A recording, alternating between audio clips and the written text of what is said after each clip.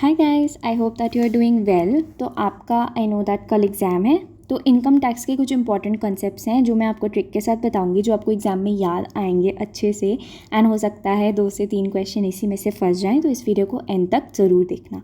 देखो, आप पीडीएफ भी रेफर कर सकते हो, बट आपको याद नहीं हो पाएगा, तो मैं इसमें आपको धीरे धीरे करके कुछ याद करने की ट्रिक्स भी बता दूंगी। Okay, so now we are starting with section number 10. Section number 10 deals with all the exempt incomes. Exempt incomes पता है ना आपको, जिसमें कोई भी टैक्स नहीं लगता है, that are free from tax, simple words में। तो सेक्शन नंबर 10(1), अब देखो 10(1) कैसे याद रखोगे। वहाँ पे आपको मेजरली क्या याद रखना है कि सेक्शंस हैं, तो सेक्शन के अकॉर्डिंग अगर आपको मैच द फॉलोइंग आ जाता है या फिर कोई एक ऑप्शन चूज़ करने को आ जाता है, तो आपको ये पता लगे कि हाँ सेक्शन 10(1) एग्रीकल्चरल इनकम है, बट आप लास्ट मोमेंट पे इसको कैसे याद करोगे। तो सोचो 10th सेक्शन तो आपको याद हो जाएगा ना कि एग्जेम्प्ट इनकम का सेक्शन है, ठीक है। और हमारा सबसे पहला जो लाइक इकोनॉमिक एक्टिविटी होती थी वो क्या होती थी, एग्रीकल्चर। तो सेक्शन नंबर 10 के अंदर जो फर्स्ट एक्टिविटी हमारी होती थी उसको हम बोलते हैं एग्रीकल्चरल इनकम। तो ऐसे आपको सेक्शन 10(1) याद हो जाएगा। अब इसमें एक चीज़ ये है कि पहला तो ये 100% एग्जेम्प्ट है। दूसरा, अगर ये लिमिट आती है कि if agricultural income is greater than dash and non agricultural income is greater than dash, then partial integration apply होता है, या फिर इसको अलग फॉर्म में भी वो क्वेश्चन दे सकते हैं। तो द आंसर विल बी कि एग्रीकल्चरल इनकम अगर 5000 से ग्रेटर होगी एंड नॉन एग्रीकल्चरल इनकम अगर बेसिक एग्जेम्पशन लिमिट से ज़्यादा होगी, तब आपका पार्शियल इंटीग्रेशन लगेगा। And this is the concept that नहीं आना चाहिए, वैसे तो एग्जाम में नहीं आएगा, एंड लास्ट मिनट पे आप इसको पूरे अच्छे से कवर भी नहीं कर सकते। तो आप बस इतना पढ़ो जितना मैं करा रही हूँ, एंड हो सकता है आपने ऑलरेडी इसको कवर किया होगा, तो आपका ये रिवाइज हो जाएगा। अब आ जाते हैं हम अपने 10 सेक्शन में। देखो, सेक्शन नंबर 10, ये भी 10, मतलब दोनों सेम दैट मीन्स कि हमारा जो सेक्शन होगा उसमें कोई 2 चीज़ें तो सेम होने वाली हैं। दैट मीन्स कि आपका जी से ग्रेच्युटी, जी से गवर्नमेंट। तो अगर सेक्शन 10(10) आता है, that means you have to understand कि कुछ ना कुछ तो सेम है। तो ग्रेच्युटी एंड गवर्नमेंट एम्प्लॉयज़, तो it is fully exempt for government employees. देखो, गवर्नमेंट एम्प्लॉयज़ को बहुत फ़ायदे होते हैं, ठीक है। तो उनको कुछ भी अगर ग्रेच्युटी वगैरह कुछ मिल रहा है तो वो एग्जेम्प्ट रहेगा उनके लिए, they don't have to pay any of the taxes. But if that person is a non government employee and he is covered under payment of gratuity act, जिसको हम शॉर्ट में बोलते हैं POGA, पोगा, ठीक है, it will be exempt up to 20 lakh. तो ये मैक्सिमम लिमिट आपसे पूछ सकता है कि पेमेंट ऑफ ग्रेच्युटी एक्ट में या सेक्शन नंबर 10(10) में जो नॉन गवर्नमेंट एम्प्लॉय है उसकी लिमिट कितनी होगी, it will B 20 lakh. Now come section number 10(10)AA। तो अब देखो इसमें क्या लिखा है, 10(A) एंड क्लास में अगर हमारा ए लग जाता है तो हम लोग क्या बोलते हैं कि it's absent, that means it's related to leave. तो एब्सेंट और लीव में क्या फ़र्क होता है कि एब्सेंट आप तब होते हो जब आप बिना बताए एब्सेंट हो जाते हो, एंड लीव तब होता है जब आप बता के लीव लेते हो। तो अगर आपको कोई भी लीव इनकैशमेंट मिल रहा है तो गवर्नमेंट एम्प्लॉयज़ को फ़ायदा है, तो it will be fully exempt for all the government employees. But अगर आप नॉन गवर्नमेंट एम्प्लॉय हो तो 25 लाख तक का आपको एग्जेम्पशन मिल जाएगा। माई purpose of teaching you this is कि आपको थोड़ा बहुत सेक्शंस याद हो जाएंगे, अगर मैच द फॉलोइंग आ जाए तो थोड़ा बहुत तुक्का लगा के आप इसको अच्छे से कर पाओ। तो इसलिए मैं आपको थोड़ा बहुत ऐसा किडिश ट्रिक बता दे रही हूँ कि आप कैसे याद रखोगे। जैसे ए है तो मैंने आपको एब्सेंट के बारे में बताया था, एब्सेंट एंड लीव दोनों से कनेक्टेड होता है, तो आप आराम से इसको लीव टिक करके आ सकते हो। फिर आता है सेक्शन नंबर 10(13)A। देखो, don't consider it personal, but it will be like 13 मतलब 13, दैट मीन्स तेरा घर मेरा घर, ठीक है। तो ये है, और it will be related to house rent allowance. And ये जो हाउस रेंट अलाउंस होता है वो आपको कितना एग्जेम्प्ट होगा, आपको सारा एग्जेम्प्ट नहीं होगा, आपको होगा या तो कि आपको कितना हाउस रेंट अलाउंस मिला है। फॉर एग्जांपल आपको मिला है 50 के हाउस रेंट अलाउंस। फिर सेकंड चीज़ है कि आपने कितना रेंट पे किया है। फॉर एग्जांपल आपने रेंट पे किया है 60,000 और इसमें आपको 10% ऑफ द सैलरी माइनस करना है। अज्यूम कर लो कि सैलरी आपकी 2 लाख है, ठीक है, सैलरी आपकी 2 लाख है, तो 2 लाख का 10% हो गया 20 के, तो इसका आ जाएगा 40 के। And third one is 50% of the salary, and 50% of the salary is 1 lakh rupees, क्योंकि 2 लाख का 50% इज़ 1 लाख। अगर आप मेट्रो सिटी के हैं मतलब उसमें मेंशन होगा। तो 50,000, 40,000 एंड 1 लाख में से सबसे कम क्या है? 40,000। तो it will be the actual HRA अगर फाइंड करने को आएगा तो। अदरवाइज सिर्फ सेक्शन आएगा तेरा घर मेरा घर। Section 10(13)(a) is house rent allowance. Now there is a kind of section which is deduction from salary. तो ये स्टैंडर्ड डिडक्शन सबको मिलता है, ये सेक्शन बहुत इंपॉर्टेंट है, 16(1)(a। तो आप इसको बोलोगे standard deduction, and it will be, it is as per new tax regime it is 75,000। तो ऐसा करके क्वेश्चन आ सकता है। देन आता है 16(2), इट इज़ एंटरटेनमेंट अलाउंस। देखो क्या होता है कि सबसे पहले जो बंदा है जो काम करता है, वो काम क्यों करता है? क्योंकि उसको पैसे मिलेंगे, और वो पैसे से क्या करेगा? वो एंटरटेनमेंट करेगा। तो 16(a) में आपका पैसा कमाने वाली चीज़ आ गई, स्टैंडर्ड डिडक्शन जो सैलरी से मिलेगा, एंड दूसरे में आप सैलरी को एंटरटेनमेंट के लिए यूज़ करते हो तो वो आएगा। It is not that much important, बस मेरे को आपको बताना था। And third one is professional tax. तो जो भी आपका प्रोफेशनल टैक्स होता है, deduction is allowed on the actual payment basis. तो अगर आपका ऐसा पूछा जाएगा कि एक्चुअल के बेसिस पे होता है या फिर क्रेडिट के बेसिस पे होता है, तो आपको एक्चुअल पे टिक करके आना है, ठीक है। ये आपका थोड़ा सा ट्रिक चीज़ दे दी है कि ओल्ड रिजेम में 50 एंड अभी न्यू रिजेम में इट्स 75। तो मेमोरी लाइन हो सकती है कि new gives 75, old gives 50। Now they can be a question कि जो चैप्टर 6A के डिडक्शंस हैं वो कहाँ पे अवेलेबल होते हैं? So they are available in old tax regime, but जो आपका 80 CCD होता है वो आपका न्यू टैक्स रिजीम में भी है। तो now we are starting with 80C। देखो C जो होता है ना, मतलब it's kind of commitment. C for commitment, जैसे ये है, think of C commitment, it's kind of long term savings. तो आप कैसे करते हो लॉन्ग टर्म सेविंग्स, या आप कैसे सोचते हो कि आप इन्वेस्ट करोगे फॉर द फ्यूचर? तो आप PPF में कर सकते हो इन्वेस्ट, EPF, LIC, ELSS। तो ये सब चीज़ें क्या है, लाइक पब्लिक प्रोविडेंट फंड हो गया, एम्प्लॉय प्रोविडेंट फंड, ठीक है, फिर LIC हो गया, इक्विटी लिंक्ड सेविंग स्कीम हो गया। ये सारी स्कीम्स हैं जो आपका इन्वेस्टिंग के लिए ध्यान देती हैं। तो जैसे ही आपका कुछ भी इनमें से नाम आ जाता है और पूछते हैं कि कौन से सेक्शन पे बिलोंग करता है, तो 80C, because C means commitment. इसमें आपका ट्यूशन फ़ीस भी होता है एंड होम लोन प्रिंसिपल भी होता है। इसमें लिमिट बहुत इंपॉर्टेंट है, याद रखना, it is 1.5 lakh. So C means commit 1.5 lakh for your future. तो ये अगर आप याद करोगे तो आपको अच्छे से एग्जाम में भी याद आ जाएगा। Now come section 80D। तो D से आप ना ऐसा याद रखोगे, D मतलब दीदी, एंड दीदी always have some medical issues, ठीक है। तो D मतलब दीदी, एंड दीदी के पास कुछ ना कुछ मेडिकल इश्यूज़ रहते ही हैं।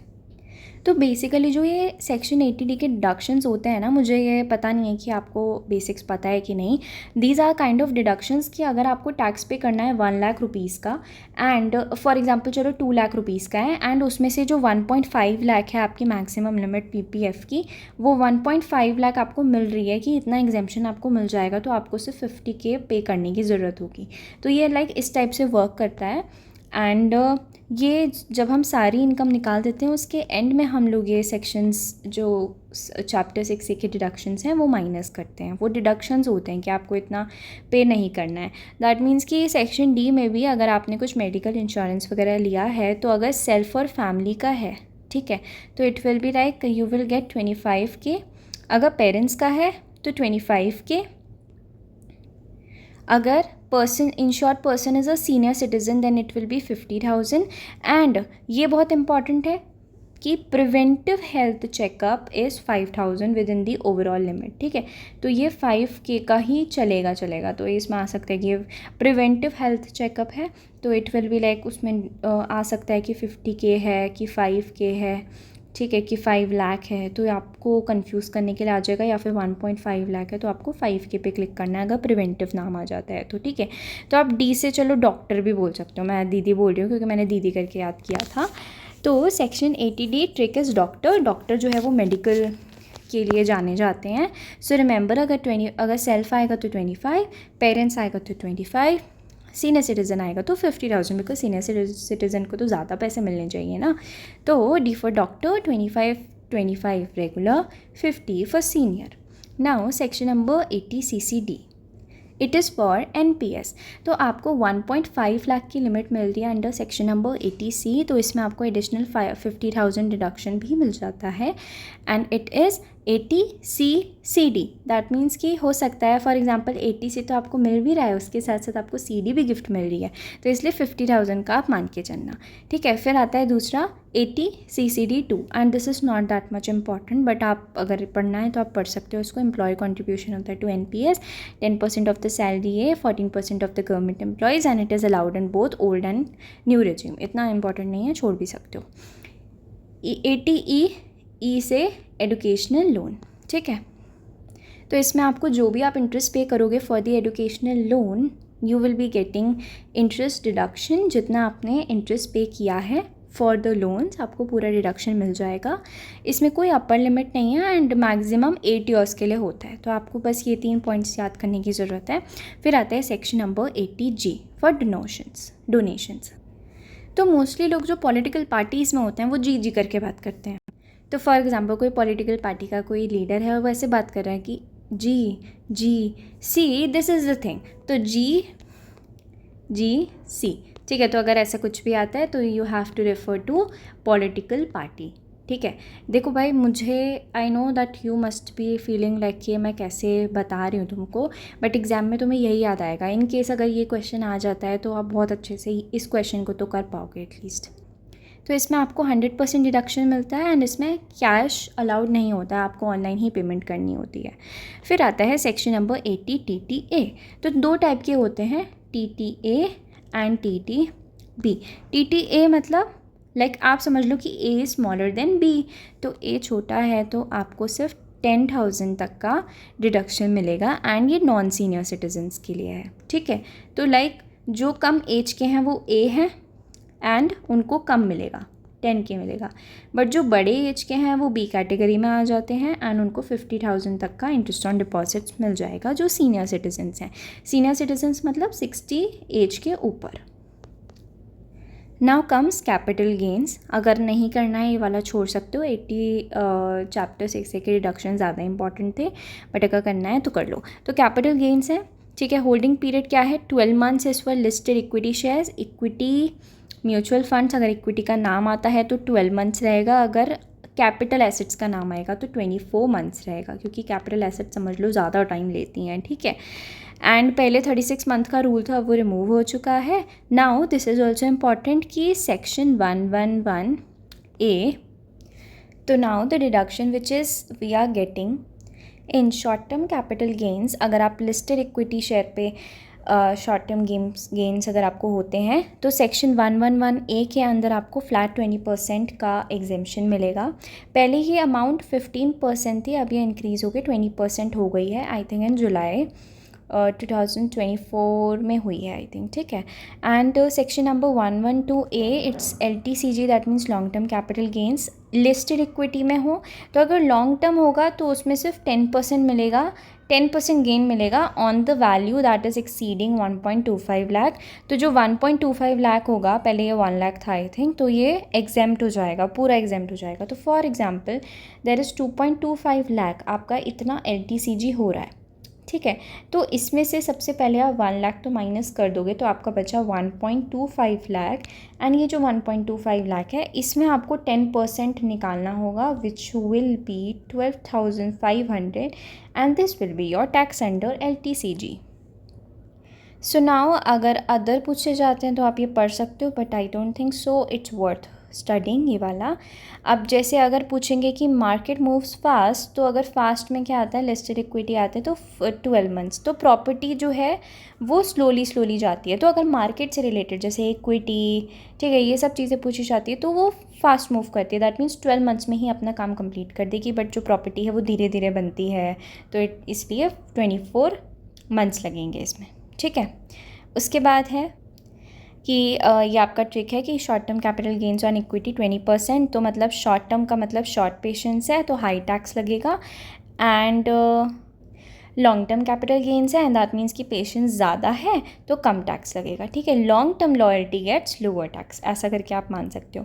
Now come section number 54 and it is related to sale of residential house. अगर आपने खुद का घर बेच दिया है, ठीक है, and purchase of a residential house, तो ये उसके ऊपर है, not that much important. Section number 54 EC is related to अगर लैंड और बिल्डिंग सोल्ड किया है तो आ सकता है. सेक्शन नंबर 54 के 4 चीज़ें आ सकती हैं, ना आपको मैच करने को आ सकता है, but I don't think so इतना इंपॉर्टेंट है और आपको याद भी नहीं होगा आई थिंक. तो अगर आप बस रीड करना चाहो तो आप इसको रीड कर सकते हो. उसके बाद आता है PGBP, जो है आपका प्रॉफिट और गेंस फ्रॉम बिजनेस और प्रोफेशन, ऐसा कुछ है.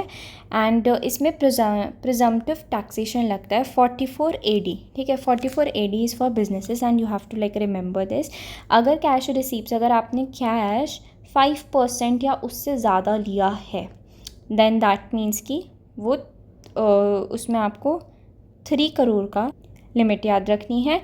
एंड अदरवाइज़ अगर आपकी कैश रिसीप्ट्स 5% से कम हैं देन 2 करोड़ आपको लिमिट याद रखनी है. तो इनकम प्रिज्यूम्ड इज, अगर कैश रिसीप्ट्स हैं तो इनकम कितनी प्रिज्यूम की जाएगी आपकी, वो होगी 8% एंड 6%. एंड मेन चीज़ आपको ये 3 और 2 नहीं याद रखना है, आपको 8 और 6% याद रखना है कि कैश रिसीव्ड होगा तो आपको आपकी इनकम ज़्यादा मानी जाएगी, आपका टैक्स ज़्यादा लगेगा बिकॉज आपने कैश में लिया है और हमें नहीं पता कि आपने कितना लिया है. तो अगर आप इसमें कुछ भी ऐसा चोरी वोरी कर रहे हो तो हमें पता लग जाएगा, मतलब पता तो नहीं लग पाएगा बिकॉज आप कैश में ट्रांजेक्शन कर रहे हो, तो इसलिए हम टैक्स ही पहले ज़्यादा ले रहे हैं. और अगर डिजिटल आपने किया है, डिजिटल रिसीप्ट जमा किया है तो 6% होगा. Now comes 44 ADA, it is professionals के लिए. एंड प्रोफेशनल्स के लिए लाइक 75 लाख का लिमिट रहता है if the cash receipts are less than equal to 5%, otherwise 50 lakh rupees रहेगा. And income is presumed at 50%. तो आपको बस ये लिमिट याद रखनी है, कैश रिसीप्ट अगर लेस देन इक्वल टू 5% है तो 75 लाख, अदरवाइज 50 लाख रुपीज़. फिर आता है 44 ADA, बिजनेस के लिए 3 crore. 44 AD and 44 ADA is for the professionals. And जो आपकी अमाउंट एक्चुअल में पूछी जा सकती है वो पूछी जाएगी 75 लाख. तो इसमें एक लाइन है कि business is earning more than professional so higher limit will be there. ठीक है, AD से हो सकता है all dealers, that means business. And ADA से हो सकता है जैसे आर्टिस्ट, डॉक्टर, एडवोकेट, ये सारे प्रोफेशंस हैं, ये प्रोफेशनल्स के अंदर आते हैं. तो आप ऐसे इसको याद कर सकते हो. फिर आता है section number 44 AE and it is for up to 10 goods carriage. ठीक है, तो ये कुछ इस तरीके से है कि आपको लिमिट तो छोड़ो, आप लिमिट मत याद रखो, बट आप ये 10 याद रख लेना कि कितने कैरेजेस या कितनी गाड़ियाँ के लिए होता है ये, अप टू 10. ठीक है, फिर आते हैं डेप्रिसिएशन रेट जो आपका इंपॉर्टेंट है. कंप्यूटर्स और लैपटॉप के लिए it is 40%, plant and machinery के लिए 15% एंड इंटेंजिबल एसेट जैसे गुडविल एंड ऑल के लिए 25%. नाउ पेटेंट एंड ऑल के लिए, ठीक है, पेटेंट, ट्रेडमार्क एंड ऑल के लिए. Income from other sources are gift tax, this is very important. ठीक है, तो देखो गिफ्ट टैक्स वाला आपको बहुत अच्छे से याद रखना है, 56 to X. मान लो ये किसी बाइक का नाम है, बाइक या कार या something like that which you would love if someone is gifting you and you are playing with it. तो अगर जैसे होता है ना गाड़ियों के नाम, बाइक्स के नाम होते हैं ऐसा, तो वैसे ही आप समझ लो कि 56 to X is the name of a bike which your relative has gifted. तो क्या उसमें टैक्स लगेगा? नहीं लगेगा, क्योंकि वो आपके रिलेटिव ने दिया है.